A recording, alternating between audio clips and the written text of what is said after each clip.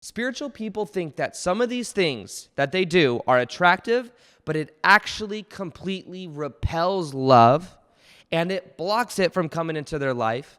And the funny thing is that they actually think it's actually helping them when it is in fact not. So in this video, I'm going to share with you 3 traits most spiritual people have that is actually blocking love from coming into their lives. Now, the first one has to do with something that many people might think is noble, especially spiritual people. Now, it's very common when people go through a spiritual awakening that what they do is they realize, they have these spiritual epiphanies where they realize, we're all eternal spiritual beings living temporary human experiences. Now, one thing that's very common that can happen is that they then want and they can then feel other people's energies. That's called an empath. If you're an empath, like this video or comment below, okay? An empath is somebody that can feel other people's energy, somebody that can tune to their environment.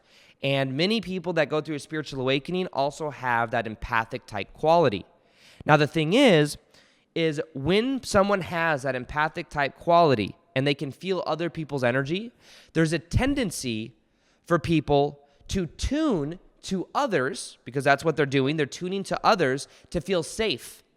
Because normally what has happened is in childhood, things didn't feel safe. And what the child decided is, I'm going to tune to other people in order to get my needs met. If mom is okay or dad's okay, then I can finally relax and feel okay. If my siblings are fighting and I make it all better, then I can finally feel safe. The challenge is that what ends up happening is that people that have gone through a spiritual awakening, that feel empathic, they can feel other people's energy, is then what happens is they tune too much to others, and it has a very repelling type energy. Because then what happens is it's almost like I can't feel safe until you feel good, so it becomes this fix-it mentality. I'm going to fix you. I'm going to help you. I'm going to extend myself out to you. And it seems kind of like a noble thing to do, because it's like, but really it's a self-worthiness thing. It says, I feel worthy based on how much I can give to you, how much I can help you. But I'll tell you from personal experience that the more you try to help somebody else and the more you act as somebody else's like coach or guide, the more depolarized that dynamic becomes. Because when it comes to attracting love and attraction, it's not about somebody coaching somebody else. It's not about trying to fix somebody else. Because also if you try to fix somebody else, you're implying that somebody else is broken. There's something wrong with them. It doesn't feel very good for them. So what happens, though, for many people that are empathic is they try to get everybody else to feel good. And it becomes this people-pleasing mentality a lot of times. And people-pleasing mentality is one of the most unattractive qualities there is. Because it is literally saying, it is trying to manipulate other people in order to get their own needs met. If I can make you happy, then you'll give me validation and approval. And it ends up depolarizing relationships. It feels it's needy, codependent energy. And the key and the power of this video is realizing that what a lot of times we're searching for is for people to meet our needs, our inner child needs that weren't met in childhood. So there's a pattern of then abandoning ourselves to make others happy. And that's not attractive. That actually repels love, because then we're changing our center of gravity to tune to others, hoping that those others will come around the way mom and dad may not have come around. So this is all about awareness. And one of the traits of people-pleasing, the way that we get through that and we get over that, is we realize that the pleasing of other people, trying to please them, is trying to manipulate them to get our own needs met. So it's awareness. But the key is to stop abandoning ourselves, in the process. And the way we stop abandoning ourselves is by actually being the real us, by not seeking their approval or validation, and by doing what we want. And to realize that we're externalizing our own sense of happiness, we're externalizing our own sense of power by searching for it in other people. So even though you might be an empath, you might feel other people's energy, realize you can bring your energy back. Bring it back. And that's one of the most magnetic things you can do. Because when you bring it back, you're then in your own body. You're in your, like even just right now as you're listening to this, put your hands in your feet, in your hands. Because when you are grounded in your own body, that is magnetic energy. People feel that. When you don't need anything from them, that is magnetic energy. They can feel that. But when you want something from them, you're projecting energy at them, and it literally repels them because it's needy energy that's being projected at them. It wants something from them. When I used to sell women's shoes, if I would go into work and I'd be like wanting someone to buy shoes, please buy shoes from me, please help my paycheck, I really want them to buy, it was like they could feel that energy. But when I didn't care, when I was good either way, that changed everything. And one of the things to do is to bring the energy back to yourself, and what I focused on was having more fun. Connecting to people instead of needing them to buy, being attached to outcome. And a lot of times with, I think, spiritual people is they may be attached to the outcome. They might be trying to control, because in childhood there was a lack of control, so they're trying to control the dynamics. But I tell you one thing for sure you can't control in your life is other people and relationships. So bring the energy back. Put it into your sense of self. Stop abandoning yourself and give yourself more permission to express yourself and to be the real you. And to know that it's okay to be polarizing. It's okay to go into tension. And that changes a lot. Now, the second thing that is very common with spiritual people that I notice is there becomes this lack of being grounded. So that's the second trait that literally repels love. Not being grounded and not being practical. Now, with this, what happens, I think, and this is all tied to the empath thing as well, I believe. So what happens is we tune ourselves to others. And I have this theory as well, that what happens is when we go through the childhood stuff, when we're kids, it's almost like we don't feel safe, because being grounded inside of your, okay, I'm going to come out of frame, so I don't want to do that. Being grounded inside of yourself is like your lower chakras, right? So what happens is we don't feel safe, so we move up into our upper chakras, which is like our third eye, our throat, and like we're tuning to the universal cosmos. But that results in not being grounded. And that's why as a coping mechanism, empaths have tuned themselves to other people to get their needs met. So it's almost like they tune themselves to their third eye, to other people, so that they could know how everyone else is feeling, so they can feel safe.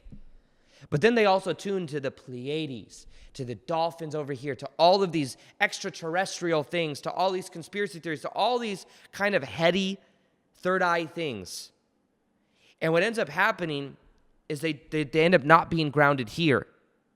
They end up not feeling present here, and they're not grounded. And then when somebody else meets them, it's like they almost don't know, they're not able to feel into this other person because they're so tuning to everything else. They're tuning to the other people for safety. They're tuning to the Pleiades and Arcturus and all these other things. And they're not feeling grounded in their own energy. And that repels love because it's also not here and now. One of the most magnetic things you could do is to bring your energy back here. I promise you, when you are more present to the moment, you are more magnetic. So bring your energy back in your feet, into your hands. It changes everything. And realize that a lot of times, I'm going to be a little bit blunt here. Some of it, I'm not saying that like the Pleiades isn't a real place. You can't connect to it in meditation and stuff. I'm just saying that like you being here now is more important than your parallel incarnation of the Pleiades or Arcturus or these other places. Be here, meow. Now, when we are projecting ourselves out, though, we are kind of escaping being present to the moment. And the more here you are, the more people will feel your energy instead of it being diluted and going everywhere else. So one of the most magnetic things you could do is to bring your energy back and to focus on being grounded. Something else you could do is you could walk barefoot in grass, something I do. You can meditate. Do the frame technique, one of the most powerful meditation practices I've ever found for having magnetic energy. And literally it just means putting your hands in your feet and then your energy in your hands and your feet.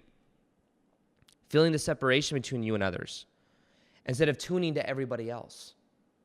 Because then you also stop abandoning yourself for others and you start feeling powerful in your own body. When I started feeling more grounded, I remember, what I was going to say about this though is sometimes what happens is this is what happened for me. I went through my awakening. People didn't get me. I had developed this story that said, like, people don't understand me. And I thought, everyone else is asleep. I started judging other people. But also, I started getting a sense of significance off of being spiritual. I remember literally thinking, like, if I tell a girl that I think she's from, like Pleiades or something, she'll probably think that's really special and cool. And it was like a significance thing. And I think sometimes I call it starseed significance. It's like escaping here to talk about the starseed stuff and like all that stuff, but it's almost like there's a wanting to feel different, to feel special. That's called significance. And we're chasing significance. It's very shallow. And I learned that from experience. I had to let all that stuff go and to focus on being here and now. I had to stop also judging. When it comes to attracting love or being attractive, the more judgments we have about other people, they feel that shit. And then they reflect it back and they judge back. So like me saying like people are asleep, they don't understand this stuff because no one gets me, that was blocking me from connecting to people in my life. Once I let that go and realized this isn't some ego trip of like someone's better than someone else, someone's woke, someone's asleep, I was able to connect with people in a very different way, and it was much more magnetic and attractive energy. So that's the second one. Not being grounded. And the way you be grounded, put the energy back in your body, do the frame technique. I'll link that video at the end. And the third one, it's also one of the most powerful ones, is a lack of setting boundaries. Sometimes with friends and family, you may say yes to everything. You may say yes to other people being a certain way. You may say yes to like people telling you where to be and how to be. You may have really trouble saying no to like things you actually don't want to do. People may there may be no line. It's like people cross the line and like that's not okay, but like there is no line. And why? Because other people's emotions or feelings are your emotions or feelings. That's how it feels. It's connected to the people-pleasing thing and not being grounded. It's a lack of being in the body and feeling that separation. So when it comes to setting boundaries, realize that boundaries are your way of communicating your sense of value. The more also you value yourself, a lot of times the more boundaries you have. Back in the day when I first got on YouTube, I remember before that, it was hard for me to say no to friends that wanted to hang out. And I started making videos and I started being busy, and it was like so hard for me to say no to my friends wanting to hang out because it's like if I let them down, I was letting myself down because their emotion was my emotion. People-pleasing thing. Eventually, as I started to grow my channel, I started to be like, oh, I have this mission, I have this vision, I'm making videos every day. I started to value my time and energy more. So what ended up happening is it became easy. I eventually valued myself more, and I had to say no. I had to say no to other people's boundaries. I had to say no to doing things that other people wanted me to do for their own benefit. So what ended up happening is it got easier for me to say no. And the more I said no to things I didn't want, not that I didn't ever want to hang out with them, but like I had to say no to that so I could say yes to me growing my YouTube channel. So I could say yes to like me doing what I really meant to do in life. So setting boundaries is one of the most magnetic things you can possibly do. And when you set boundaries with other people, it communicates a sense of value. And remember, if they're mad at you for setting boundaries, that's their shit, not yours. That's what's very important to remember. And to remember that the more you're in your own frame, the more you're in your own energy, the more magnetic you will be. Now, one of the things that I have that's one of the most powerful things that you can begin to use is an inner child meditation for healing this energy. It's an inner child meditation where we energetically go to Kauai, Hawaii. And what we do is we meditate and we heal our own inner child. We bring it forth so that we can meet the needs that we weren't met growing up. We'll feel completely different. So if you haven't listened to this meditation yet, you can go to aarondaddy.com/child. It's completely free. And then also, there's a video right here for confidence secrets that make you attractive AF. It's one of my most popular videos. Check this video out right here. People feel what you feel about you. The energy inside of our bodies are contagious. And based on how we feel about ourselves, that energy is being emanated out, and other people